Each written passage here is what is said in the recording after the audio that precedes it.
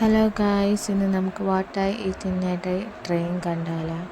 അപ്പോൾ 12:30 ട്രെയിനിൽ കയറിയത്. പിന്നെ നമ്മൾ ഒരു 1:30 ആയപ്പോൾ പൊതിച്ചോറ് കഴിച്ച്, മുട്ട പൊരിച്ചത്, തക്കാളി ചമ്മന്തിയൊക്കെ ആയിട്ട്, പിന്നെ 2 മിഠായി കഴിച്ച്, പിന്നെ ലിറ്റിൽ ഹേർട്ടിൻ്റെ ബിസ്ക്കറ്റും ഒരു ചായയും കുടിച്ചിട്ടുണ്ടായിരുന്നു.